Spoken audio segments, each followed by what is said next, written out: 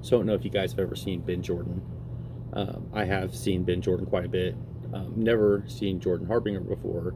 So when I saw this today and started listening, I decided I liked it, and I wanted to share it with you guys because I wanted to point out some of the stark differences between what the police are doing with the technology that they have available and what we're doing with the technology that we have available. So check it out. I want to talk about flock cameras because Sure. these are crazy. I've seen them. I can't remember where, but other people have posted them on, subreddit will be like, what is this thing? And people are Yeah. like, this is a flock camera. You haven't seen these? They're like, no, there's like 20 in my neighborhood, but I don't know. What are they, speed It's cameras? the same rabbit hole I went down. Yeah, in the Exactly. beginning. I had that moment, didn't you guys?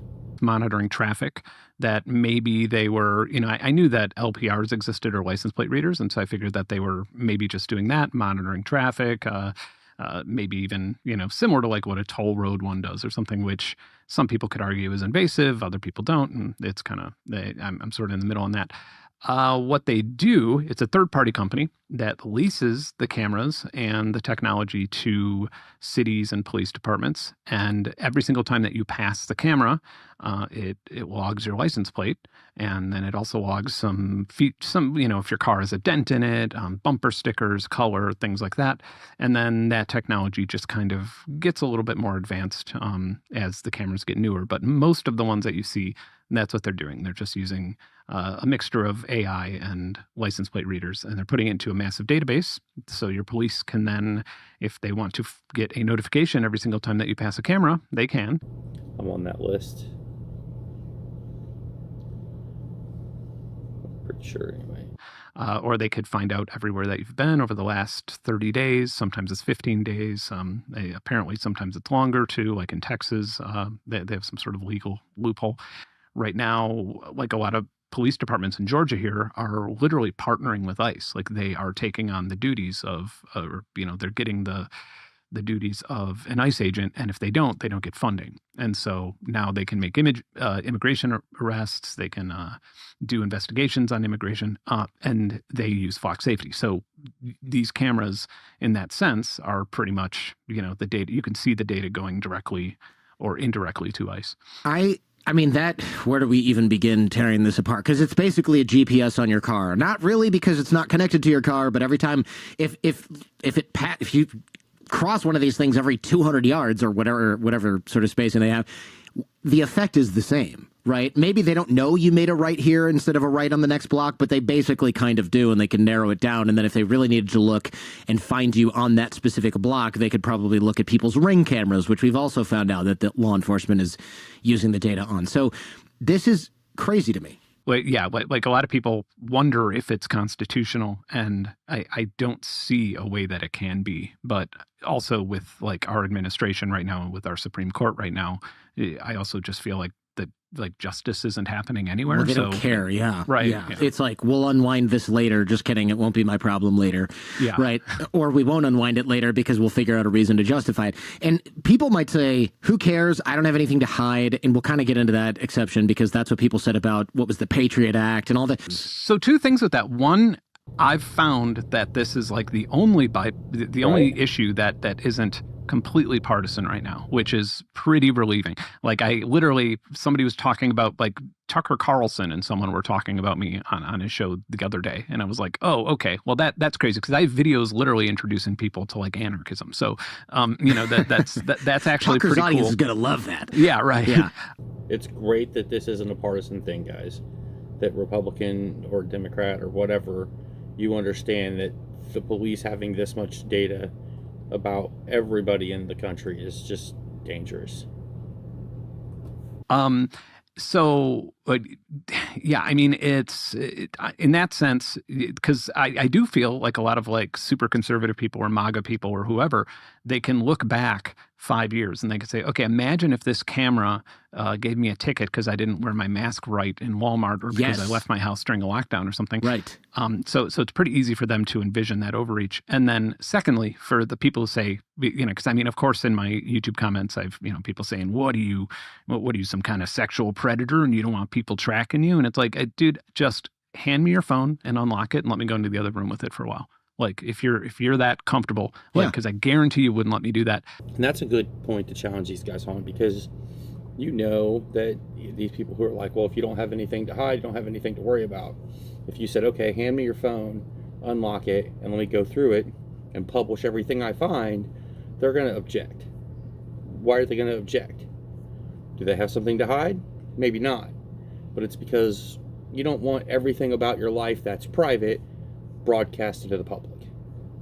And beyond that, it's what, like, one of the things that we found when I got into the cameras and was able to just look at 30 days of like the behavior on a forest trail or a Lowe's parking lot or a playground and things like that. It's like I ended up being able to just get these really advanced profiles on people that if I wanted to rob them, I would now know when they were home. I would know the kind of stuff that they have in their house. Even, you know, to some extent, you could even zoom in on somebody's front door when they're putting the code in. And so it's like, you know, just because you don't have any secrets doesn't mean that you don't have anything to hide, because like your personal data is actually very valuable. Remember that, guys. Just because you don't have any secrets doesn't mean you don't have anything to hide. Your data is valuable. Well, first of all, there's like 80,000 of these cameras nationwide, right? Something Over like that? 100 now. Yeah. Over 100,000. Yeah. Okay, so they're pretty much everywhere. I mean, that might that's just so many. Okay, I know that goes without saying, but that's enough to complete it, to make a complete picture of millions of people's lives in many ways when you mix it with other data. And on your channel, you did something crazy, which was you saw a couple at like I don't know if they were at a farmer's market or something, and they were clearly having kind of a heated conversation. And you're like, oh, look, there's this random couple arguing. And then it was like, step 2, step 3, step 5. Oh, actually, this is the couple. Wow, they have a recent credit issues. They made a big purchase. Well, it looks like maybe they were fighting over the fact that they are in debt and somebody wanted to buy the expensive strawberries and that was the last straw. I mean, you basically just found out so much personal info that that couple has probably not told their best friends and parents the things that you found out about them, and they don't know you. I really didn't give the entire, like, I didn't want to give enough information to where somebody else could identify them to, like, you know, if good friends or family members. Sure. And so, yeah, so I just used like ambiguous things. Like I very quickly found out that the woman had irritable bowel syndrome and was suffering from it. And, you know, and it was based on something like an old post where she, you know, some doctor's office said, hey, could we have a quote about our services? And you know, that was harmless enough, but it was attached to an email that was attached to her real name. And so you could very quickly find out that this person's dealing with this chronic illness. But yeah, I mean, in terms of that, I was able to find out a whole lot about them, a disturbing amount. How crazy is that? Stuff that they don't tell their family, their friends. Found out she had irritable bowel syndrome, and this is all from stuff that he was able to pull off of a flock camera with nothing more than a little bit of work. The fact that this continues to go on, it just blows my mind. I don't understand. Fortunately, in Virginia, there was a police chief who just said, yeah, this is crazy, and just canceled the contract after reading that email. He was just, I think he responded, you know, to the CEO being like, yeah, like what we're seeing is democracy in action. I wouldn't call them lawless activists. They're just concerned citizens, and we're going to cancel the contract now because you've now convinced us that you're an irresponsible tech company, not somebody who's actually dealing with responsibilities that a normal company would. Yeah, when the CEO sent those emails, I was just like at what point do you just grow up and remediate the security issues? Like, at what point do you just because I mean, yeah, I've offered, I mean, I've formally in a public letter offered to fund security research additional if they just give, like, another thing that they'll do, or they were doing, is they were saying, well, the cameras he had access to were different. He doesn't actually have access to the Flock ecosystem, because once it's a Flock ecosystem, then, you know, everything changes magically. And I said, okay, well, give me access to the ecosystem, then I'll prove you wrong. But you know that if I go up to the Flock camera, you know, a couple 100 feet away from my house and press the button 3 times on the back and type in a curl command and root the thing, like, you know that then I'll go to jail. Like, then you'll be able to put me in prison immediately. But right now, I've managed to, you know, equip myself with good attorneys and stay on the right side of the law. So there's nothing you can do in that department. And I mean they still do that, but fortunately I found a legal way to get into their ecosystem. See, this guy was smart. He knew exactly what he was doing before he got his hands dirty. At the end of the day, like one point, like a lot of people have reached out to me being like, okay, so infrared lasers, what if we shoot them at the sensor and do this? Okay, so you're going to set up a laser for an hour in front of a camera that's recording you and sending it to police, and then you're going to turn it on in front. Like at that point, why don't you just shoot the camera? And like but like the important thing is these are very easy to shoot off of poles or to spray paint or to hit with a baseball bat or whatever. I mean, a lot of these are like below my head level around where I live. Like I literally just jab it and it'll come off the pole and, break on the ground.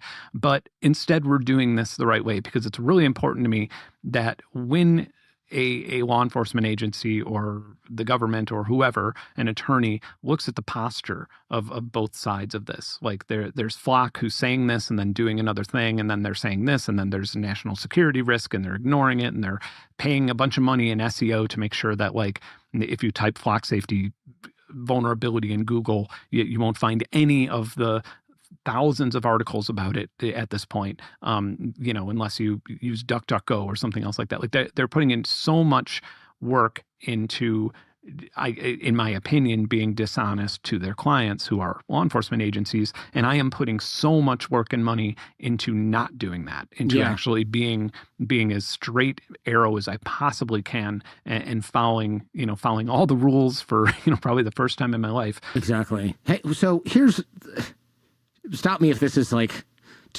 anything is over the line here, but if you're able to track, not you, if the system, if they're able to track car locations essentially in real time using this system, can you track all the police cars in a city using this system? They have license plates. Yeah. You definitely could. And there was even one of the breaches that Joshua Michael found. He was another one of the security researchers I worked with.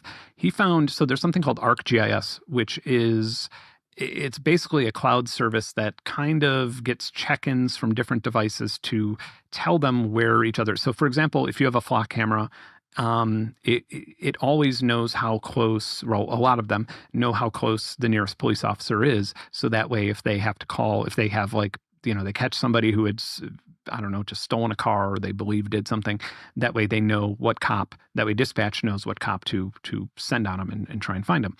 Or for a lot of more routine reasons, like, there's a bad accident here. We need to find the closest cop to come make sure everybody's safe. And so because of that, police cars have GPS units in it that give their data to ArcGIS, and then ArcGIS then gives it to the dispatch and to Flock and so on and so forth. So, haven't really said anything about it till now. I've only got about 6 days left to pick one of these up. You can also grab some of the merch.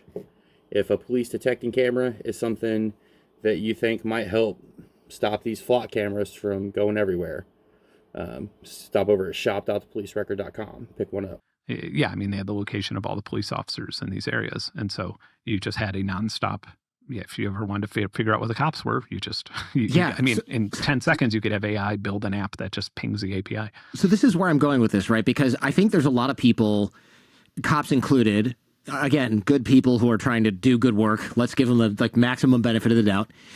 I wonder if now that they know that these security bugs allow citizens and criminals to find out where they are at all times when they are on duty working, do they feel safer knowing that that is out there? Because I know that there's a lot going, look, I know that this makes you feel unsafe. We're only using this to protect you.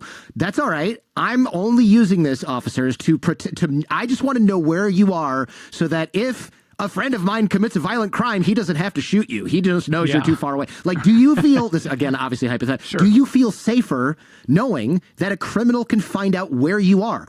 Do you think this would make them feel safe? Do you think this would make them back down? Do you think this police detecting camera, its only purpose is to tell you when cops are nearby and to track and log their locations? Do you think this would make them stop? Does that make you feel safer? Because that's kind of how all of us are feeling right now, man. Yeah. I mean, well, it's funny too, because like when I found out about that and when I talked to Josh, like the thought in the back of my head was like, shouldn't we already know that though? Like, cause it's a public service. That is so awesome. Yes, you can. Yes, you can, guys. But you don't have to hack Flock to do it. You could just grab one of these. You pick them up at shop.thepolicerecord.com. Slap it up on your doorstep, and you'll be tracking cops in no time. like you know, like shouldn't no, like I understand the no. safety, but yeah, it's We like should one of those not know things where where it's cops like eat lunch at 1 a.m. yeah, when well, they're on the night shift. We should not know yeah, that. but No. but yeah, it's like I mean, I guess if it's but no, I mean it definitely. I'm sure upon finding that out, a lot of police officers were not happy to find out that I mean, but you know, they know that they have GPSs in their car, so they should know that somebody Well, that that's the somebody point. could find out. Somebody like their boss and other police should Right. know where they are. Just like for citizens, people should be able to find out where I was if I'm suspected of a crime. But I don't want, I don't know, a random YouTuber, no offense, to know where I was yesterday and what I was doing, because that's none of your Right. business, Ben. After hearing those remarks, I don't know that either one of them would be a big fan of this project at all. Open source intelligence gets when a company like Flock turns it into this organized system that law enforcement can access, like it's just really bad. I mean, there's a lot more bad things that could happen than good things with that. I want to double clarify that I want citizens and police officers to stay safe while they're out and about. And the whole thing about like, hey, now we can find out where cops eat lunch. I want to just highlight. I'm saying that is scary and should be that we should plug that hole that allows people to do that, because it's a bad thing. So he definitely won't be a big fan of what I'm doing. He thinks that they should plug the hole and Flock, and I kind of agree. Like, I don't think that we should have a camera with that big of a security vulnerability. But if you make a camera that's just for detecting cops, I think that's probably just fine. Because I know that there's people who are like, you're trying to get cops killed. No, actually, I'm trying to make sure that people can't find us on a whim and do something bad with the information. Like, that's the point. That's the point. It's like funny how polarizing it is anytime you talk about police. And I feel like I've, growing up in that atmosphere where like you never talk to police, you don't trust police. It's interesting because like usually like if I were asked like how I would do things if I were king or whatever, like cops would be paid a lot more and they would be trained a lot better. Sure. And you would have cops that dealt with things like narcotics, and you would then have cops that dealt with things like mental illness. And then, and not all of them would need guns. Not all of them would need to be this crazy thing to be reckoned with. Like a lot of them militarized policing. Right. Yeah. Yes. I mean, you'd have like your oh shit cops, in case things went down, and then the rest of them would be highly trained in specific areas that would actually help people. And then you would have people, you wouldn't have this bad relationship that you have right now with people and police. Before we wrap here, I'd love to talk about this malware for music that you created, because I think it highlights your technical ability in a kind of fun, the adversarial noise attacks. Yeah, I mean, essentially, I was doing a lot of research into, like, I just thought it was really interesting how AI hears things differently than humans do, obviously, and I've sort of been on the AI music thing since probably 2016 when Google's Magenta project first started. And so, and I mean, I'm not a fan of like the generative AI stuff of like, I think that as you'll soon find out why I did this, but I started looking into technology where, like, for example, I could play a bird sound or, whatever, a sound effect, but an Amazon Echo or Alexa would hear it as a command to open the garage door or something like that. And so it was like, so these are called targeted adversarial noise attacks. And so then I thought to myself, like, oh, wow, I could just put this on my music. And then when AI tries to train off of it, it'll just make it really inefficient, and it'll just be like, it won't be able to figure out what's going on. And then I met with Jian Liu, not a professor, is he a professor? I don't know. It doesn't matter. He's a researcher who initially was at University of Tennessee, but now he's here in Georgia. And he was working on something similar that like obfuscated harmony. So like if AI tried to hear a chord progression, it would just hear nonsense. And so in both of those cases, the training just is super inefficient, and it actually has the capability of then making the overall model, because it learns from its training, like it just keeps, it's just like this feedback thing. It actually, as it scans more content like this, it actually becomes less and less efficient on its own, because it's learning off of the wrong thing. And so it's almost like a poison pill where you're just sort of like poisoning the AI model. And why do this? So that it can't just start to take your music and create other music based on that? Yeah, I mean, so for me, I'm almost an IP abolitionist. Like I think I like it when people steal my music. I think it's fine. I don't see a reason in preventing somebody from listening to my music or watching my content if they can't afford it otherwise. Like, go nuts, have fun. But a lot of people aren't, and a lot of musicians are just really, really tired of being treated this way by the music industry initially and now by the tech industry. And well, now it's sort of like a double teaming between both of them, but they're just so tired of it that like a lot of musicians just aren't releasing music anymore. And some of them aren't even making it. They're just kind of like, oh, this business sucks. Like everything, why even do this? And I think that that's actually a much bigger problem than copyright issues with AI. I think that like people, the amount of people contributing to culture lowering is a massive problem. Like, I think that's actually something that, I'm not saying that it's necessarily happening in droves, but like, it's something that you would want to prevent.